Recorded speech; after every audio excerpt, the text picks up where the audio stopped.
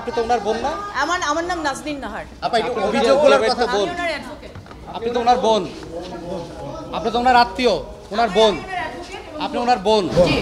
হ্যাঁ, উনি কোনোদিন কিন্তু সাত খুনের সাথে ওনার উনি নারায়ণগঞ্জের সাত খুন নিয়ে যখন মামলা কথা হবে অডিও রেকর্ড ফাঁস করা, রাজনৈতিক ব্যক্তি থেকে শুরু করে সব জায়গার অডিও ফাঁস করার অভিযোগ রয়েছে। ওনার এটা কোনো করেনি, এটা আপনি ডিজিএফের যে অফিস ওখানে তার কথা অবাধে চলাফেরা ছিল, তার বিরুদ্ধে যে অভিযোগগুলো ছিল সেই অভিযোগগুলো সবই আছে।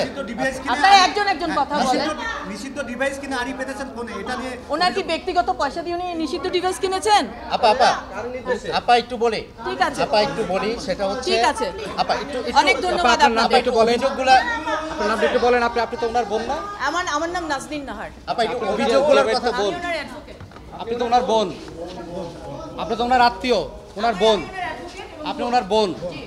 হ্যাঁ, ঠিক আছে। জিয়াউল হাসানের নাম শুনলে সবার যে আপনাদের টিভির বা আপনাদের মিডিয়ার আমার ধারণা একটু সবাই শোনে, কারণ তাকে যেভাবে উপস্থাপন করা হচ্ছে এটা সম্পূর্ণ ভুলভাবে উপস্থাপন করা হচ্ছে।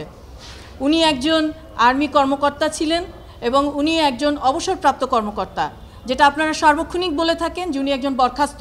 উনি বরখাস্ত না, উনি সম্পূর্ণ ওনার যে বেনিফিট সহ উনি একজন অবসরপ্রাপ্ত কর্মকর্তা।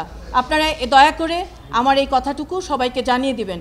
আর একটা বিষয় আপনাদেরকে বারবার বলছি আমি, যে ওনার যে উনি যেখানে কর্মরত ছিলেন এনটিএমসি, ন্যাশনাল টেলিমনিটরিং কমিউনিকেশনের যেখানে ওটা একটা টেকনিক্যাল অফিস।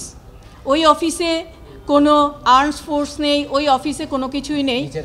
হ্যাঁ, আয়নাঘর নেই, ওই অফিসে কোনো আয়নাঘর নেই এবং উনি কখনো ডিজিএফআইতে চাকরি করেননি।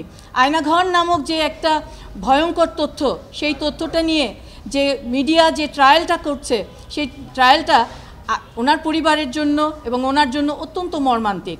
আমি আপনাদের অনুরোধ করব, আপনারা এই কাজটা করবেন না। একটা মানুষকে মিডিয়া ট্রায়ালের মাধ্যমে তাকে হেয় করার কোনো অধিকার কারো নাই। এটা বাকস্বাধীনতার নয়। বাকস্বাধীনতার যে অনুচ্ছেদগুলো আছে আপনারা দয়া করে সেটুকু, এবং সাংবাদিকতার যে আইন আছে সেই আইনটুকু আপনারা মেনে নিয়ে, যে এথিক্স আছে সেই এথিক্স নিয়ে আপনারা কথা বলবেন, এটুকুই আপনাদের কাছে আমার অনুরোধ।